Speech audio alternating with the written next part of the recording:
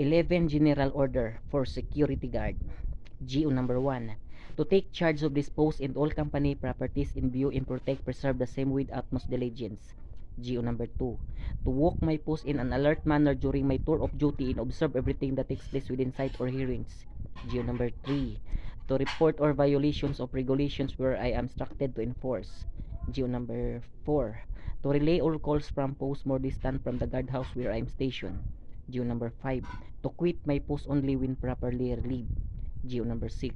To receive, obey, and pass on to the relieving guards all orders from the company official, supervisor, ship in post in charge, or ship leaders. GO number 7. To talk to no one except the line of duty. GO number 8. To call or sound the alarm in case of fire or disorder. GO number 9. To call the superior officer in any case not covered by instruction. GO number 10.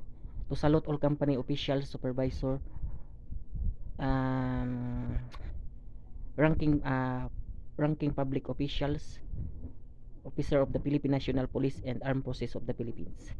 GO number 11. To be especially watchful at night during the time of challenging, to challenge all person on or near my post, to allow no one to pass without proper authority. Sa mga uh, kung nakatulong sa inyo yung video natin, paki-share na lang.